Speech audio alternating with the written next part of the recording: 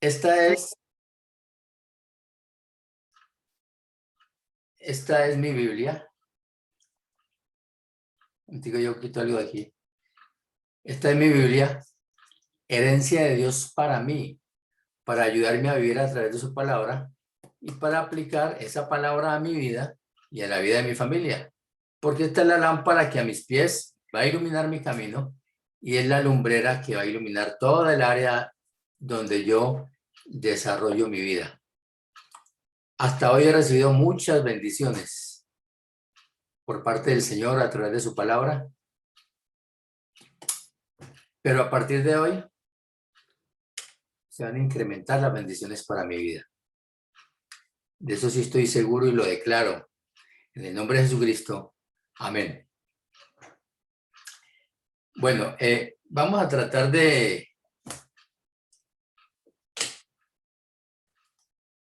Estamos ubicándonos aquí con una iluminación. Primera vez, a ver si salimos mejor en el video. Hoy tenemos entonces una reunión, o la reunión normal de nuestra iglesia GPS para la familia.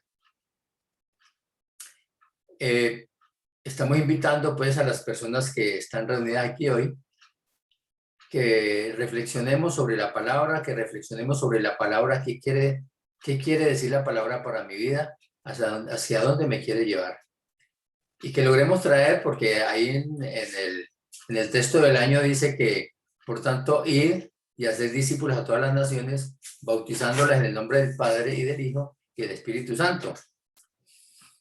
La otra vez comentábamos, y lo hemos venido diciendo todo el tiempo, que el Señor resucitado en Galilea, en un encuentro con sus discípulos y a punto de abandonar la tierra ya definitivamente en cuerpo, o ascender al cielo, pues también como dice en la palabra, que ascendió en Mateo 28:19, entonces él les hace esta recomendación. Bueno, ¿qué recomendación? Esta es una orden, porque está en verbo imperativo. Ir es como una orden, vaya. Hacer es una orden, haga. Esa es la forma de dar órdenes. Con el verbo imperativo, haciéndolo enseñaron en el español, pero nosotros pues lo hemos cambiado un poquitico, esa forma de ordenar. Pero es un imperativo, ir y hacer discípulos. ¿Y sabe qué es lo que menos hacemos? O sea, se nos ocurre hacer muchas cosas como iglesia, que somos todos. Se nos ocurre pensar en un templo cuando el tabernáculo del Señor somos nosotros. Se nos ocurre participar en eventos políticos, sobre todo creando hasta partidos políticos. Se nos ocurre crear empresas, ONGs, por ejemplo, que para servir a Dios, cuando el Señor no le está diciendo que le sirva así. El Señor le está diciendo que sirva de otra manera, no así. Es haciendo discípulos. Y bueno, y más adelante por acá vamos a ver cómo entender un poco por qué quiere el Señor que hagamos discípulos. En el texto del mes, hablamos de Juan 17, 15 y 20. Dice el 15, no ruego que los quites del mundo, sino que los guardes del mal. Le dice el Señor, pues, en una oración al Padre, hablando de los discípulos, porque es que los discípulos como hombres que son, y nosotros como hombres que somos, pues el género humano, entonces, como hombres que somos, nosotros tenemos los pies, es en la tierra. Este es nuestro mundo natural, la tierra. Y el Señor indudablemente necesitaba que los discípulos estuviesen desarrollando cosas en el mundo natural. Y dice en el 20, mas no ruego solamente por estos. Hablando al Señor, mira, es una aclaración, yo no creo que sea una aclaración para Dios, es una aclaración para nosotros. Dice, no, Señor, yo no te ruego solamente por estos 12 que están aquí, también por los que han de creer por mí, por la palabra de ellos, o sea, nosotros creemos por la palabra de los apóstoles, pues casi todos un alto porcentaje de los textos bíblicos son escritos por estos apóstoles y es la palabra de ellos la que nos ha convencido de seguir al Señor. Entonces nosotros también esa palabra del Señor de ir a ser discípulos también es para nosotros. Y eso se lo dijo a los discípulos acercándose ya a la muerte de cruz o al final de lo que yo le he llamado yo de su ministerio terrenal. Hoy tenemos un texto que es de Génesis 3, del 7 al 11. Pueden ser mucho más textos, sino que solamente tomé esto y cada uno pues podrá profundizar un poco más en la lectura. Entonces voy a leer Génesis 3, del 7 al 11 y dice lo siguiente. Entonces fueron abiertos los ojos de ambos y conocieron que estaban desnudos. Entonces cosieron hojas de higuera y se hicieron delantales. Y oyeron la voz de Jehová Dios que se paseaba en el huerto al aire del día. Y el hombre y su mujer se escondieron de la presencia del Jehová Dios entre los árboles del huerto. Mas Jehová Dios llamó al hombre y le dijo, ¿dónde estás tú? Y él respondió, oí tu voz en el huerto y tuve miedo, porque estaba desnudo. Y me escondí. Y Dios le dijo, ¿quién te enseñó que estabas desnudo? ¿Has comido del árbol de que yo te mandé no comieses? Hasta ahí. Hay otros textos bien interesantes que se pueden tomar en cuenta y usted los puede leer. Una vez que profundicemos un poco en esto, usted va a leer esos textos y usted va a entender cosas mejores. Hasta este día que el Señor está hablando con el hombre. Mire que el hombre fue hecho el sexto día, el día en que fueron hechos todos los animales de la tierra, no del agua ni del mar. Los animales de la tierra fueron hechos el mismo día que fue hecho el hombre. Hasta ese día, luego, después siguió el hombre viviendo ahí en el Edén, y hasta ese día, el hombre tenía, y usted lo va a ver un poco más adelante, tenía una vida completamente espiritual guiada por el Señor. El hombre de la creación tenía una vida espiritual guiada por el Señor. O sea, ellos tenían una vida como de niños. ¿Se acuerdan de la palabra para uno conocer hoy en día cuando ya estamos en el mundo? El Señor dice que debemos hacernos como niños, porque cuando en el origen, allá Adán y Eva, allá en el Edén, en el huerto, eran como niños guiados por el Señor. Bueno, nos sirve un poquitico de preámbulo para darles el nombre de la palabra del día de hoy, de la prédica. Esta prédica se llama, yo le he puesto un nombre, Aterrizaje del hombre. Aterrizaje del hombre.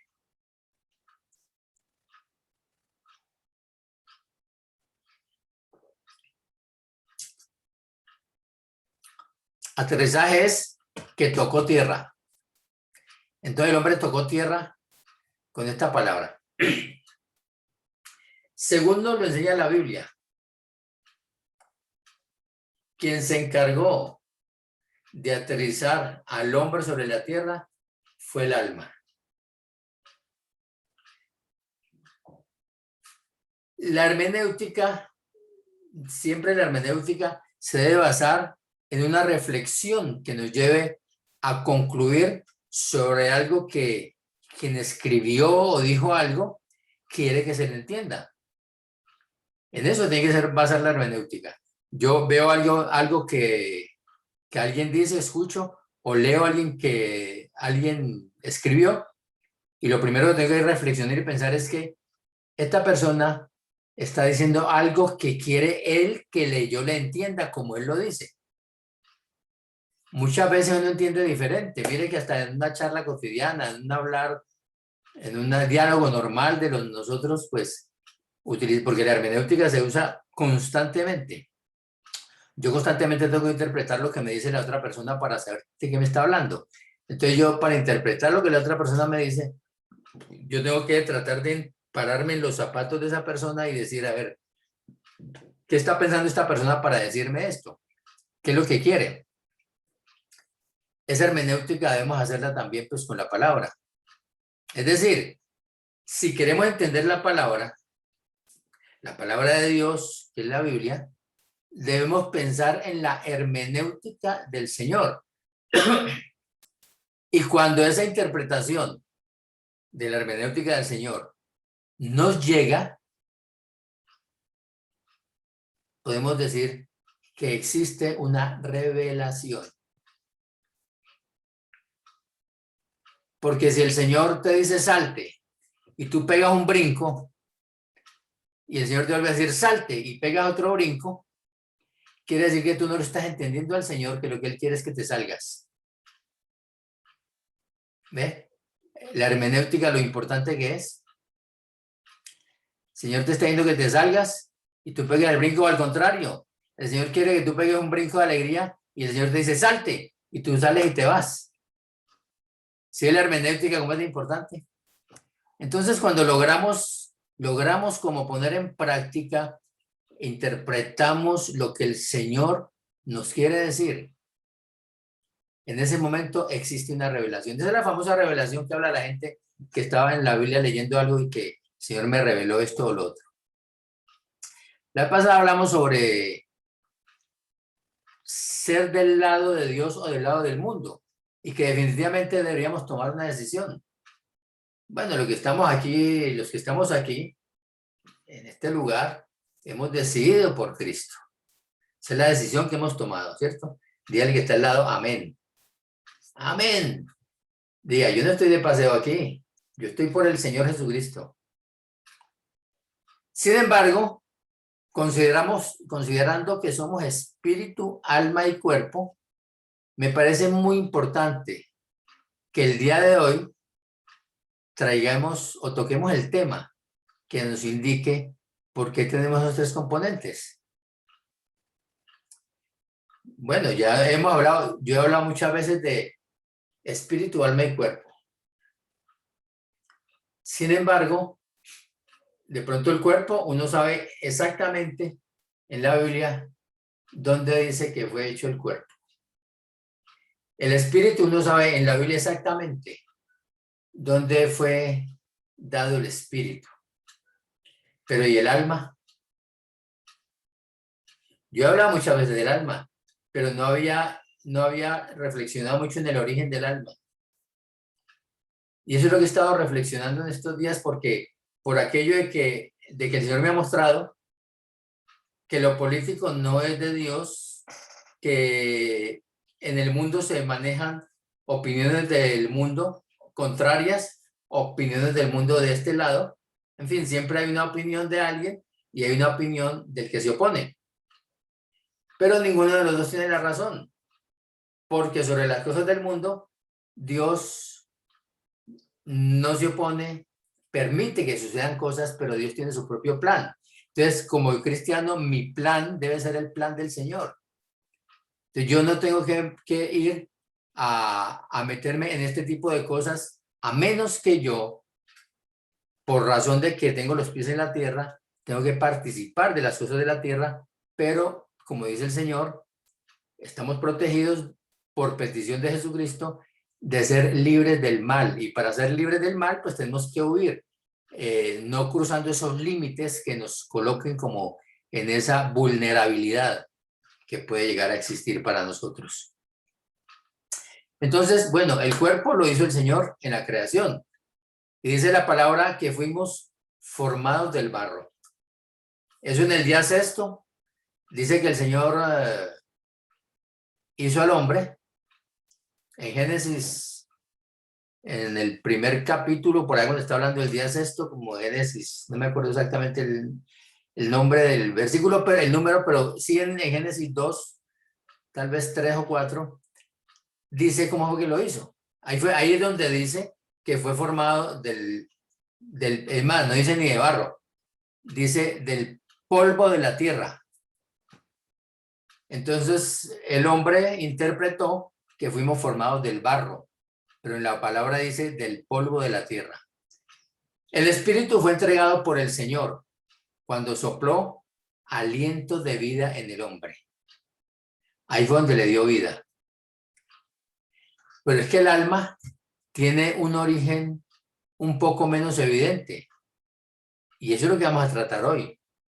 ¿Dónde es que el Señor formó el alma del hombre? Yo no sé si usted lo habrá pensado, lo habrá visto en la Biblia, pero no he encontrado donde diga exactamente dónde se formó el alma del hombre. Y hay unas teorías, yo leí algunas teorías teológicas, o hay una teología al respecto.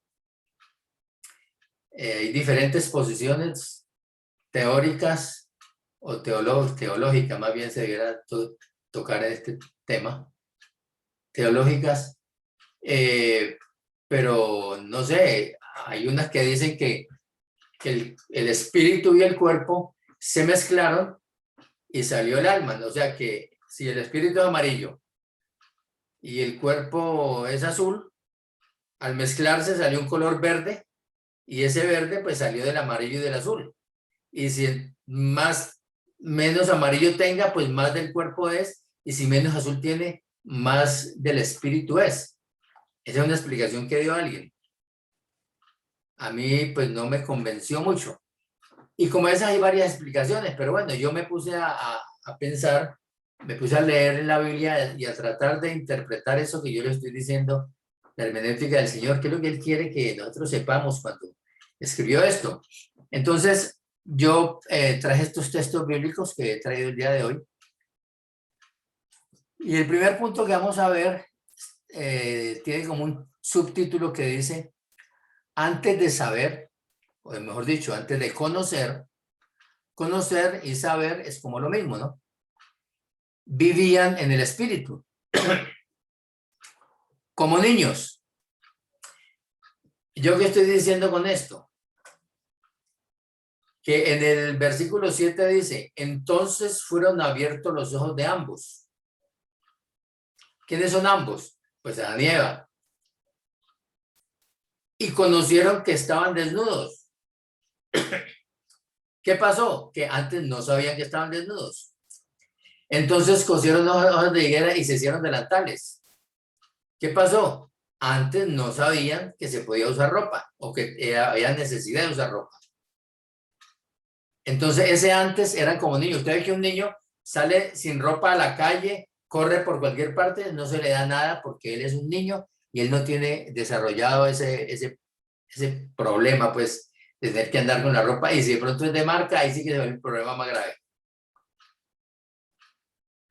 Un niño no sabe si está desnudo o está vestido, eso le importa un comino. Y el niño no se va a poner a coser su ropa, lo que hace es la gente adulta que ya tiene idea de eso. En Génesis 2, del 5 al 6, dice,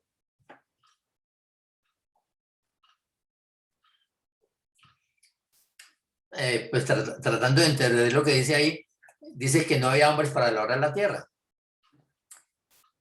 Y de la tierra, o sea, como no había hombres para labrar la tierra, pues el hombre no trabajaba.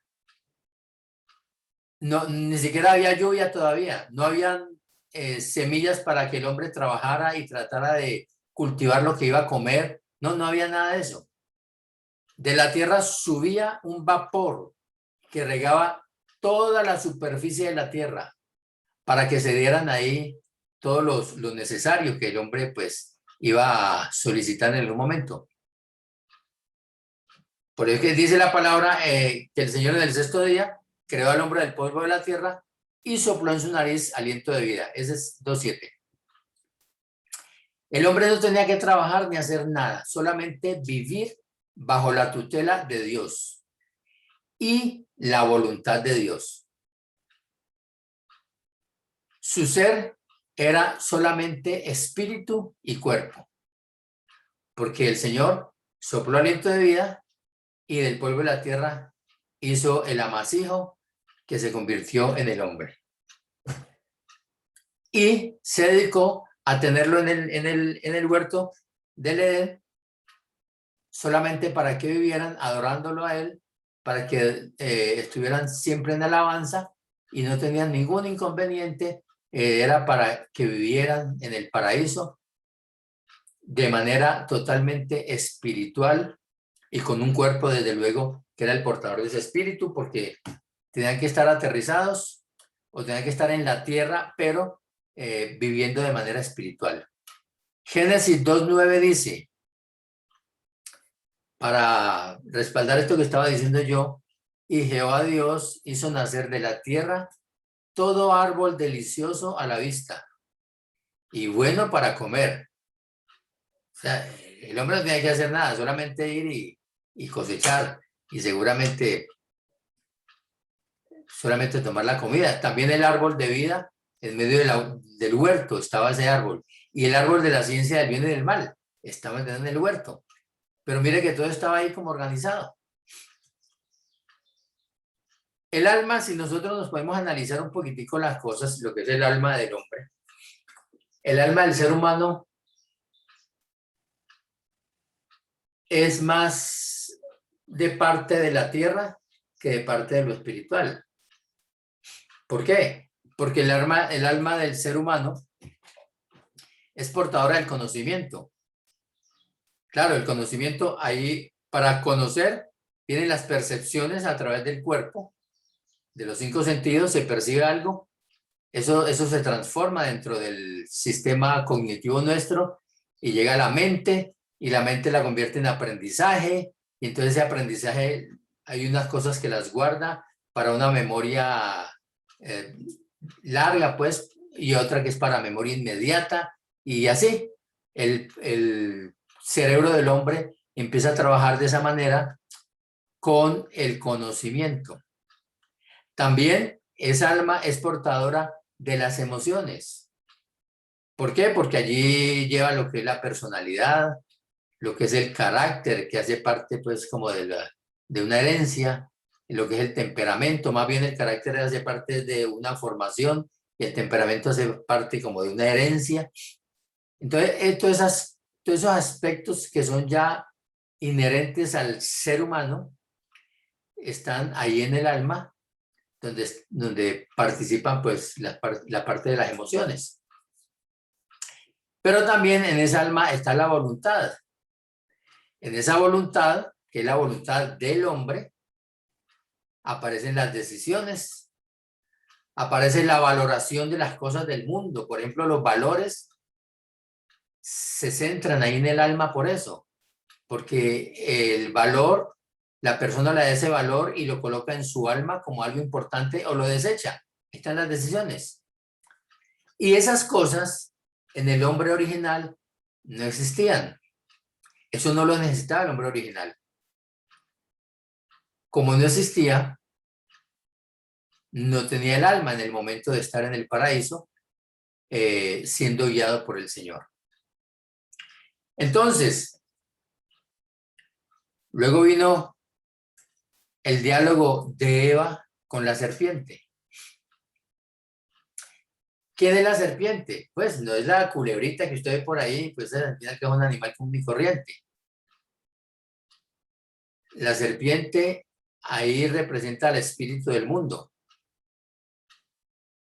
o el príncipe del mundo, o a Satanás, si quiere. Eso es lo que representa la serpiente. Y esta le dijo a Adán y a Eva que ellos no iban a morir, sino que si ellos comían de ese árbol del bien y del mal, lo que pasaría era que iban a ser como dioses. Seguramente ellos no estaban preguntando eso, no les interesaba preguntar, no les interesaba, pero la serpiente, que es astuta, como dice ahí, se metió por donde le entra el agua al coco al ser humano, porque el ego del ser humano es lo más duro con lo que puede lidiar una persona. Se le metió por ese lado del ego y le tocó el ego y dijo, claro, es que tú puedes ser como Dios. Entonces dijo Eva, ¿verdad, Yo no sé dónde sería Eva, pero dijo así, ¿verdad, Oye, Adán, yo creo que tenemos que probar esto. Entonces aparece la metáfora esta, pues, de que hay una metáfora en Génesis 2, la segunda parte de ese texto, nos describe la presencia impersonal del alma en el mundo. es representada por el árbol de la ciencia del bien y del mal. Esa es una metáfora.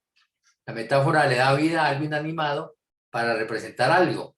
Entonces, analizando esa metáfora, me doy cuenta que el árbol es el alma y esa contiene la ciencia y contiene el bien y contiene el mal. Pero este árbol está representando tal vez la sangre de todo viviente. Acuérdense que el Señor en el sexto día hizo todos los animales de la tierra. Los animales, por ejemplo, el perro, el gato, el avestruz, el elefante, todos esos animales tienen alma. Todos esos animales tienen alma. Y en psicología se entiende que el alma de estos animales poseen un proceso cognitivo básico. Un proceso cognitivo básico. El perro tiene algún instinto que le hace que le mueva la cola al amo. Y así hay una serie de experiencias de animales que muestran que tienen cierta forma de afinidad con un hombre por alguna circunstancia. Entonces se dice que el alma está en la sangre y que los animales tienen un proceso cognitivo básico. Y yo les he enseñado también algo que es de psicología, que los seres humanos, el ser creado como el ser, lo máximo de la creación que fue el hombre, tiene un proceso cognitivo llamado superior. Tiene el básico más tiene el superior. Los procesos cognitivos superiores nos permiten ser idealistas, pensar en Dios, nos permiten reunirnos alrededor de una comida y orar al Señor por eso. Ese proceso cognitivo superior nos permite reflexionar sobre algún tema y sacar conclusiones.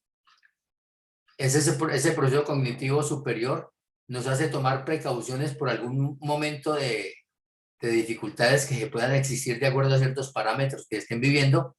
Por ejemplo, usted ve que ahí en la calle están disparando y tirando piedras y todas esas cosas. Entonces usted dice, yo no puedo salir en este momento. Ese es un proceso cognitivo superior que lo hace hacer eso. Un perro sale corriendo y se mete por mitad de los disparos, pero el hombre reflexiona y analiza y dice, no puedo meterme por ahí, tengo que irme por otro lado. Mejor dicho, yo creo que es muy fácil que todos entendamos que tenemos un proceso cognitivo superior sobre la Tierra. Y yo porque les decía que el alma está en la sangre. No, no es que yo no lo inventé. Yo no lo inventé. Esta es una Biblia de 1569. Esta es la primera Biblia, la Biblia del oso, digamos. La primera Biblia de 1569, una versión de Casiodoro de Reina, pero fue revisada por Cipriano de Valera en 1602.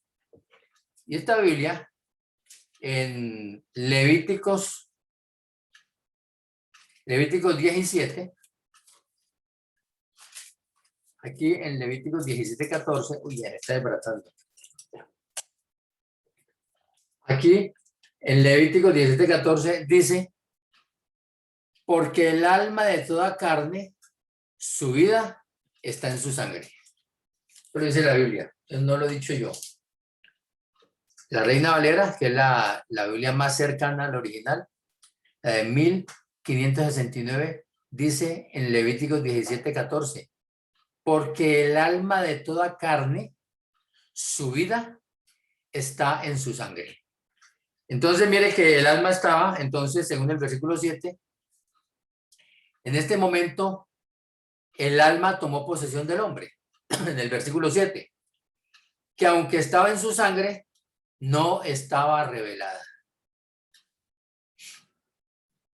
Entonces, podemos concluir aquí rápidamente que el momento de aparecer el alma en el ser humano fue en Génesis 2, versículo 7. Dice, entonces fueron abiertos los ojos de ambos y conocieron que estaban desnudos. Entonces cosieron hojas de higuera y se hicieron delantales. En ese momento apareció el alma en el hombre. En ese momento el hombre fue aterrizado. En ese momento el hombre tuvo como un contacto con la tierra, sabiendo exactamente qué dificultades tenía la tierra para él. Entonces los cuerpos vivientes que creó el Señor sufrieron muerte espiritual. ¿Qué significa esto? Hasta ese momento ellos vivían como niños y pasaron a ser responsables de sí mismos. En el momento que pasaron a ser responsables de sí mismos, en ese momento apareció el alma con la voluntad y con el conocimiento y todas las cosas. Eso es, ¿qué hubo en ese momento? Hubo una separación de Dios. Ese es el pecado original. En ese momento fuimos separados de Dios, quedando entonces el hombre bajo el albedrío del espíritu del mundo, que era representado por la serpiente. Y miren lo que dice Génesis 2:17. Mas del árbol de la ciencia del bien y del mal no comerás, porque el día que de él comieres, ciertamente morirás. O sea que ellos comieron de ese árbol ese día, entonces ese día murieron espiritualmente y vinieron a ser hombres común y corriente. El árbol era el portador de todas las características del alma. Es una metáfora que ilustra la existencia del alma desde la creación como parte del mundo. Pero esa alma no estaba aún ejerciendo en el hombre. Génesis 2 o Génesis 3:24 dice, echó pues fuera al hombre. Esto está hablando de que Dios, después de que le cantó la tabla al hombre, lo echó fuera del huerto de Edén. Es decir, separó al hombre de su tutela y lo dejó a merced del mundo. O sea, en ese momento, el hombre con su alma se fue al mundo y se creó esa separación entre Dios y los hombres. Pecado original. En ese momento que se presentó el pecado original, fue cuando el alma se hizo presente en el hombre. En ese momento. Entonces, demos un paso más adelante. ¿Qué pasó entonces luego? Porque estamos hablando de esto de que el mundo, una vez que nos aterrizó el Señor, el mundo, nosotros tenemos que tomar una decisión. Yo les dije que debemos tomar una decisión para ver qué es lo que tenemos que hacer. Entonces, ahí aparece entonces en el punto 2, yo le coloqué un subtítulo que dice, 3 voluntades se encuentran en el hombre pecador. 3 voluntades se encuentran en el hombre pecador. En el hombre restaurado, solamente la voluntad de Dios. ¿Sí?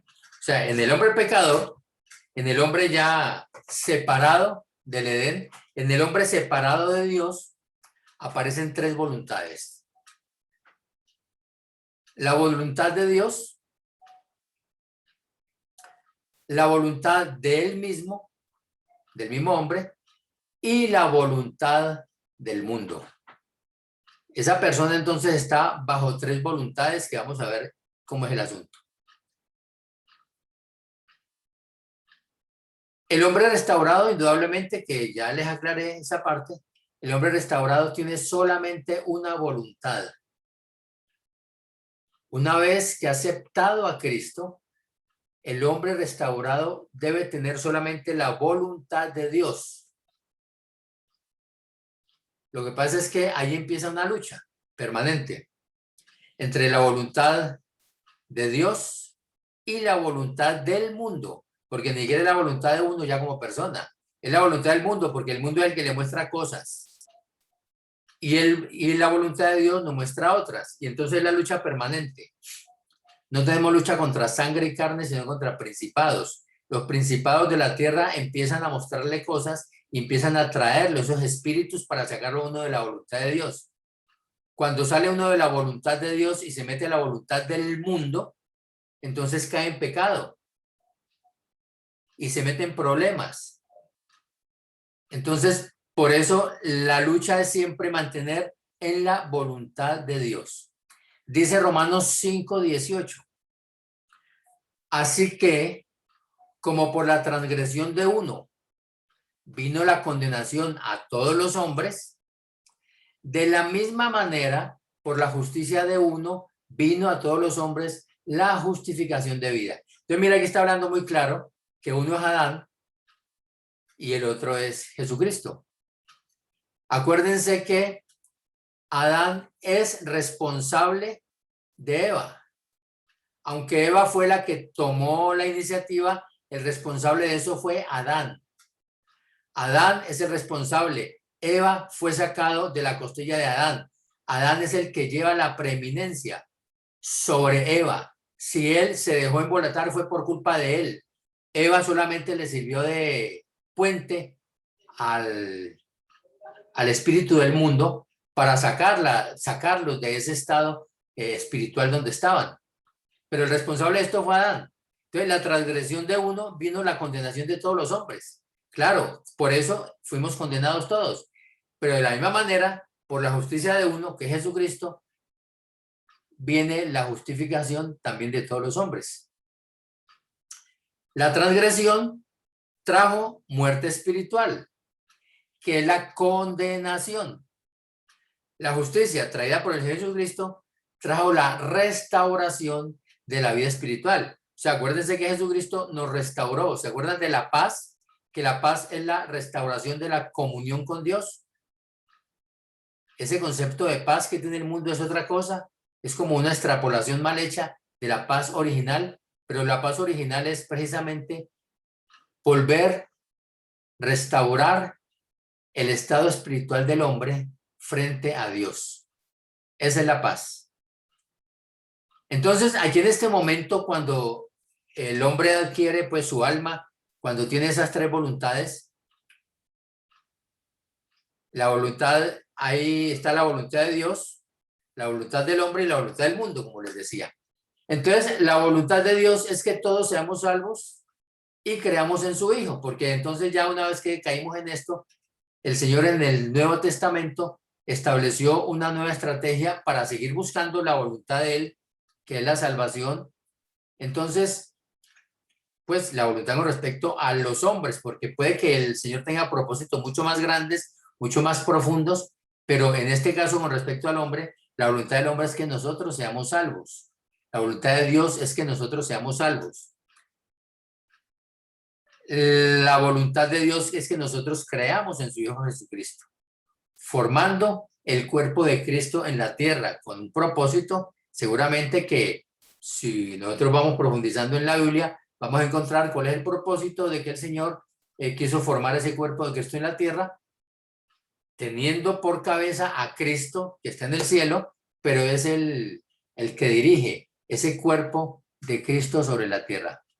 La voluntad del hombre entonces está dispuesta para escoger a la voluntad de Dios o a la voluntad del mundo. Ahí, en eso está solamente la voluntad del hombre.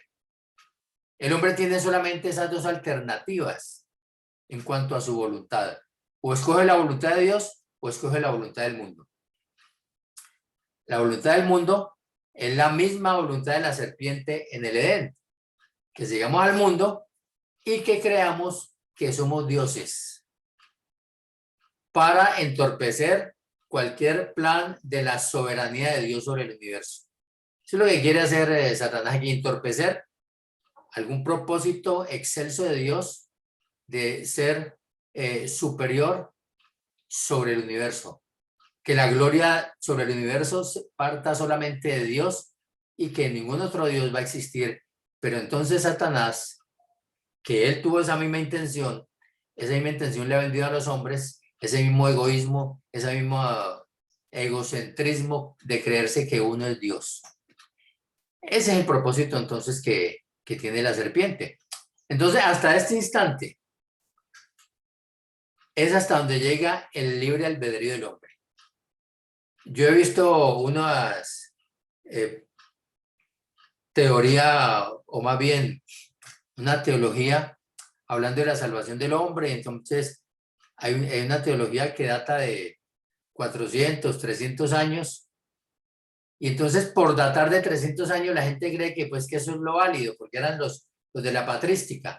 Y nosotros, los hombres de hoy en día, tenemos que seguirnos ciñendo a lo que dijeron los padres de la iglesia hace cuántos siglos, porque seguramente ellos tenían mejor comunicación que nosotros. Quiero decirles que nosotros hoy tenemos la comunicación extrasensorial con el Señor, la comunicación sensorial con todo lo que tenemos alrededor y la tecnología a nuestro servicio para buscar y rebuscar la verdad de las cosas.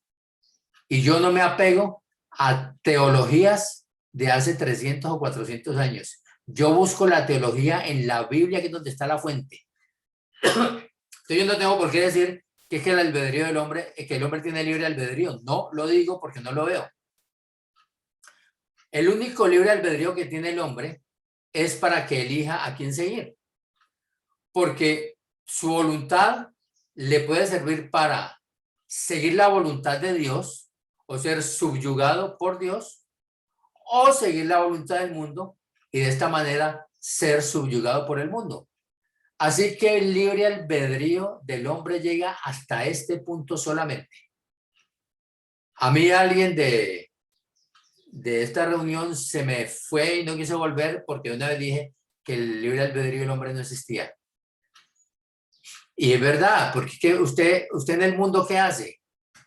Usted hace lo que el mundo le diga que haga. Usted no tiene conceptos propios. Usted tiene que, los conceptos suyos son del mundo. Entonces, cuando uno está en el mundo, uno está bajo los espíritus del mundo. No, que es que el aborto es bueno. Sí, el aborto es bueno, eso lo pienso yo. ¿Y qué es? Es mi cuerpo. No, no es su cuerpo, no es su voluntad, es la voluntad del mundo, es la voluntad del espíritu maligno. No, que es que es mejor estar arrejuntado porque uno así conoce a la otra persona, y eso de que casarse, eso no, eso uno se junta y uno ya conoce cómo es la cosa y conoce a la otra persona cuando se levanta temprano, cómo es y cómo se... Eso es una voluntad del mundo, eso es un espíritu del mundo, eso no es un pensamiento original del hombre. Olvídese que los pensamientos originales del hombre no existen. No, que es que, y dele por ahí, con un poco de cosas que dice que no es que eso es que yo soy ateo porque sí, porque yo soy ateo. Eso es la voluntad del mundo, eso no es su voluntad. Porque los ateos siguen creyendo en cosas que no entienden que están creyendo. Entonces, mire que el hombre siempre está bajo la voluntad del mundo, y los que nos cobijamos bajo las alas del Señor, como dice un salmo que es muy lindo, que Él nos proteja bajo sus alas. Los que estamos bajo esa cobertura de Dios, estamos bajo la voluntad de Dios, tampoco tenemos voluntad propia. Tenemos la voluntad de Dios, que es buena, agradable y perfecta. Dice por ahí más adelante, en Romanos 12:2, creo que es. Entonces, nosotros tenemos que elegir entre la voluntad de Dios o la voluntad del mundo. Bien, entonces, punto tercero, viene la decisión. Viene la decisión que vamos a tomar.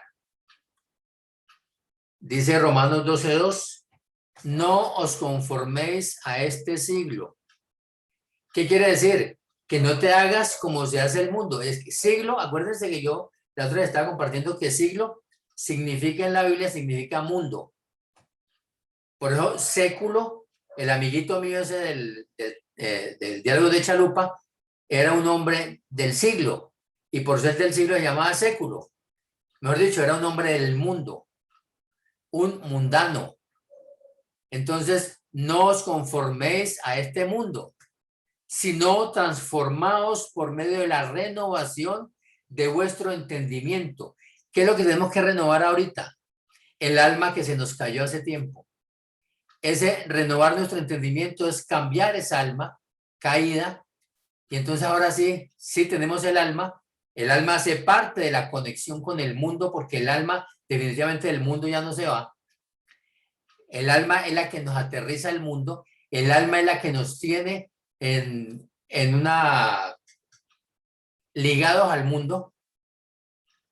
Lo espiritual nos mantiene ligados al Señor, pero el alma nos mantiene ligados al mundo. Entonces tenemos que renovar ese entendimiento, tenemos que renovar esa mente, tenemos que renovar ese conocimiento para que podamos comprobar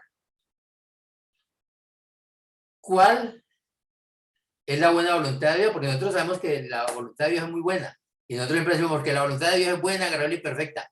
No, porque usted lo dice así, porque es el último pedacito que dice el texto bíblico. Pero es que para usted saber cuál es la voluntad de Dios que dice, que uno dice que es buena, para poder saberlo hay que renovar el entendimiento. Eso no se puede repetir así nomás. Ah, es que la voluntad de Dios es buena, agradable y perfecta. Eso yo lo decía desde que empecé a predicar. Lo primero que se me ocurrió predicar fue decir esto. La voluntad de Dios es buena, agradable y perfecta. Pero yo me he puesto a pensar un poco más sobre el texto bíblico y eso no es lo que dice así tan sencillo. Eso no es lo que dice tan sencillo.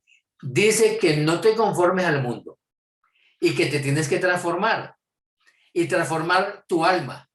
Cuando tú transformes tu alma, entonces te vas a dar cuenta cuál es la buena voluntad de Dios. O sea, lo que dicen que es buena voluntad, ¿cuál es? Y lo que dicen que es agradable y es perfecto, ¿cuál es? Porque hay mucha gente que dice, no, es que yo sé que voy a tener un carro nuevo este año porque la voluntad de Dios es buena, agradable y perfecta. No, no está hablando de ningún carro. No, que es que esa casa que yo voy a comprar, esa casa yo sé que ese negocio se me va a dar porque la voluntad de Dios es buena, agradable y perfecta. Esa no es la voluntad de Dios. Primero cambia tu alma, primero cambia tu entendimiento, primero tienes que renovar lo que tú conoces de la comunión con Dios y luego puedes comprobar cuál es la buena voluntad de Dios. Oh, ¿qué es eso? ¿Qué es eso de que es agradable y es perfecta? Eso es lo que tenemos que hacerle una verdadera hermenéutica a ese texto, una exégesis adecuada para que nos indique para dónde es que vamos. Una vez que nosotros entonces tomamos esa decisión, indudablemente el alma nos mantiene pegados a la tierra por muchas circunstancias. Si usted se pone a analizar todo lo que el alma tiene, todo lo que el alma tiene, que digamos nos hace poner los pies en la tierra. A ver, el alma habla de la relación nuestra con los demás seres humanos. Si ustedes han escuchado de la inteligencia emocional, digamos, lo que en el mundo ha sido un boom extraordinario de poder manejar la inteligencia emocional, es que con eso se puede conseguir que las relaciones con el hombre, las relaciones con los demás sean mejor y hasta cierto punto manejables por quienes manejan la inteligencia espiritual. Y el que maneja la inteligencia espiritual es el que, perdón, la inteligencia emocional. Y el que maneja la inteligencia emocional es el que conoce sus emociones y las gestiona de tal manera que pueda conocer las emociones de los demás y pueda llegar a tener, a compaginar de alguna manera sus cosas, sus intenciones con las demás personas. Entonces, esa persona que maneja la inteligencia emocional puede alcanzar éxitos extraordinarios porque conoce las emociones de los demás. Ahí no está hablando de Dios, es de las demás personas. Eso está en el alma. Los procesos del conocimiento son para la tierra. ¿Por qué? Porque es que el proceso del conocimiento del alma está ligado a los 5 sentidos. Yo lo que conozco a través de los 5 sentidos, yo lo gestiono en mi proceso cognitivo y ahí yo saco conclusiones. Y digo, prende el ventilador porque está haciendo mucho calor. Eso es un resultado de un análisis, de un aprendizaje de algo, ¿no? Usted sabe ya cuál es el calor, sabe la temperatura. Todas esas cosas ocurren en su cuerpo para saber que tiene calor. También eso le permite a usted aprender cosas que le sirvan para su vida profesional. También le sirve ese proceso del aprendizaje, el proceso cognitivo, es de todo lo que nosotros aprendemos en el mundo, que son muchísimas cosas. Entonces mire que el alma en esos procesos también es extraordinariamente necesaria y es la que nos vincula a la tierra. Ahora, ¿qué sucede con la inteligencia espiritual de la que yo les he hablado? Que de esa no habla ningún científico, ningún psicólogo, pero que yo la encontré en la palabra, que hay una inteligencia espiritual porque el Señor nos habla no de conocimiento cuando nos habla de sabiduría. Si usted pide sabiduría al Señor, no vaya a creer que le van a preguntar la regla, la raíz cuadrada de 50.420 y usted va a decir de una, es tanto. No, esa no es la sabiduría que el Señor le va a dar. La sabiduría está basada en el temor de Dios, en el temor que nosotros tengamos de Dios, en la comunión que tengamos con Dios, en el respeto que tengamos por Dios, en el reconocimiento que tengamos de la autoridad de Dios. Esa es la sabiduría de nosotros los cristianos. O sea, la sabiduría está ligada a un concepto absolutamente espiritual.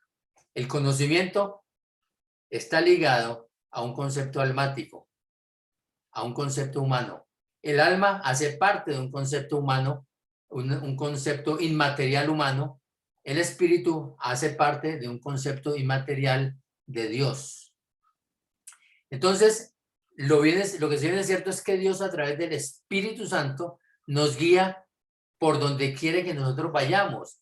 Y esa guianza nos lleva a que cambiemos nuestra forma de ser, nuestra forma de pensar. Y nos pone ahí como ejemplo, acuérdense, yo siempre les repito lo mismo, el ejemplo, la radiografía del alma de Jesucristo. El humano más cerquita de Dios que nosotros hemos tenido se llama Jesucristo de Nazaret. Ese es el humano más cercano que nosotros tenemos, el humano más cercano a Dios que nosotros podemos tener. Entonces, ese humano cercano a Dios que tenemos nos deja un modelo de alma que es el fruto del Espíritu Santo. Entonces, si nosotros empezamos a mirar el alma del Señor Jesucristo y empezamos a mirar nuestra alma, y usted se da cuenta, analice todo el fruto del Espíritu Santo y verá que eso lo relaciona con los hombres. Por eso dice, fruto que salió del Espíritu Santo, producto del Espíritu Santo para nosotros los espirituales, los que creemos. Cuando viene ese fruto del Espíritu Santo, nosotros desarrollamos las cosas de Dios en nuestra vida y podemos empezar a dar testimonio de lo que somos. No empezamos a adoctrinar a nadie, no le damos doctrina a nadie, damos testimonio. Damos testimonio, mostramos lo que somos, no las estructuras de lo que creemos, ni por qué creemos. Esa doctrina nosotros la damos aquí. Pero para nosotros evangelizar, nosotros damos testimonio.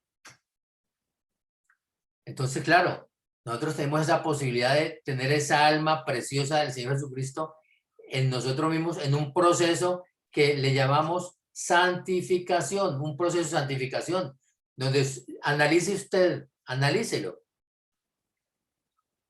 Uno por uno, el fruto del Espíritu Santo, amor, gozo, paz, paciencia, benignidad, bondad, fe, mansedumbre y templanza. Analícelo uno a uno, los 9 formas de ese fruto. Y si quiere, tómese una semana por estudiar una sola forma de ese fruto y cómo usted puede ponerlo en su vida. Y le aseguro que no pasan 9 semanas para que usted haya tenido no un cambio en usted misma como persona, sino un cambio en su propia relación con Dios. Y a la vez un cambio en su propia relación con los seres humanos, porque ese espíritu que viene del Señor nos ayuda primero a acercarnos al Espíritu Santo y segundo, que es lo que más interesa en el alma, tener una cercanía suprema con los hombres, con los seres humanos.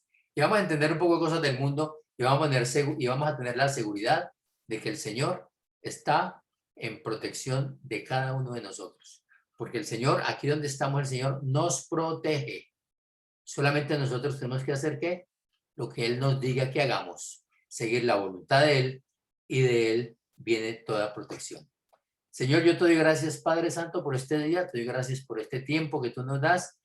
Te pedimos, Dios, que seas tú colocando en cada persona esa sensibilidad de las cosas tuyas para aplicarlas a nuestra vida, Señor. que no haya confusiones, que haya claridad completamente, que podamos entender qué papel jugó el alma desde el origen hasta hoy en día y qué papel seguirá jugando cuando sea el propósito del Señor salvar esas almas del mundo. Sacar esas almas ya pecaminosas, restauradas, que hemos llegado a ti, Señor, para ser salvas y ser llevadas a otro lugar de eternidad, pero en gozo y alegría contigo, Padre Santo.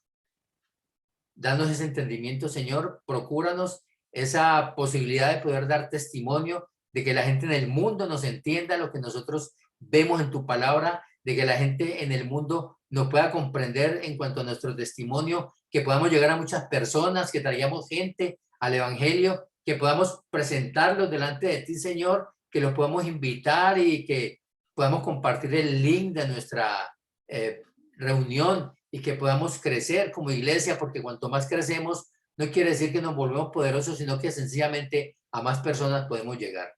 Porque lo importante de la palabra es que llegue a muchas, muchas, muchas personas, Señor.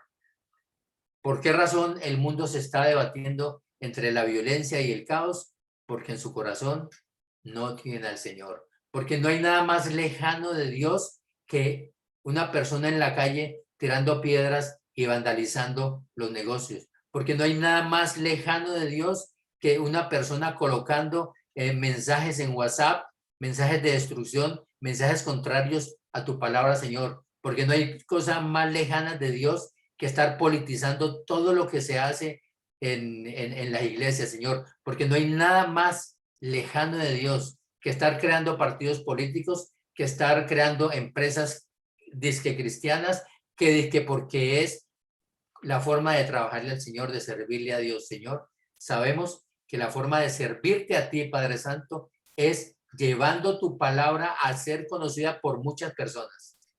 Cuanto más personas conozcan de tu palabra, Señor, con toda seguridad, que mejor trabajo estamos haciendo. Yo te doy gracias, Padre. Bendigo a todas las personas que están aquí conectadas.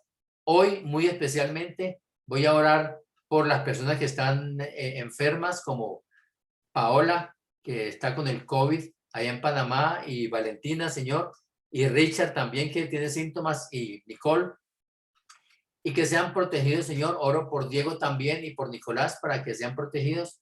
Oro por Ricardo, Señor, y por Rosa. Y te doy gracias, Señor, porque ya tú los estás sacando, Padre Santo, después de serias dificultades, Señor. Y oro porque cada uno de nosotros, los que entendemos, los que escuchamos tu palabra, podamos entender que la protección nuestra se basa primero en la obediencia hacia ti y en la prudencia. Y tú seguramente, Señor, nos vas a tener protegidos. Tenemos que hacer lo que el establecimiento organizado nos dice que hagamos. Si se usa el tapabocas, nadie se va a morir por dióxido de carbono. Eso no es verdad.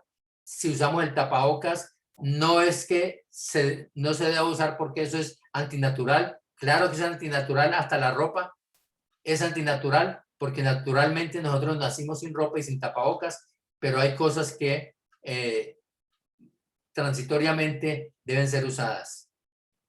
Así que, Padre Santo, danos esa inteligencia, Señor, en la tierra también, a través, Padre Santo, de la palabra tuya, que se siembre en nuestra alma como esa necesidad de poder nosotros servirle a la humanidad, pero con los conceptos tuyos en nuestra vida. Yo te doy gracias, Padre Santo, por este día. Bendigo a todas las personas que logran escuchar esto y que se conecten, y que haya paz, que haya presencia tuya, que haya tranquilidad el resto del día y el resto de la semana. Gracias te doy, Señor, en el nombre de Jesucristo. Amén. Dios los bendiga.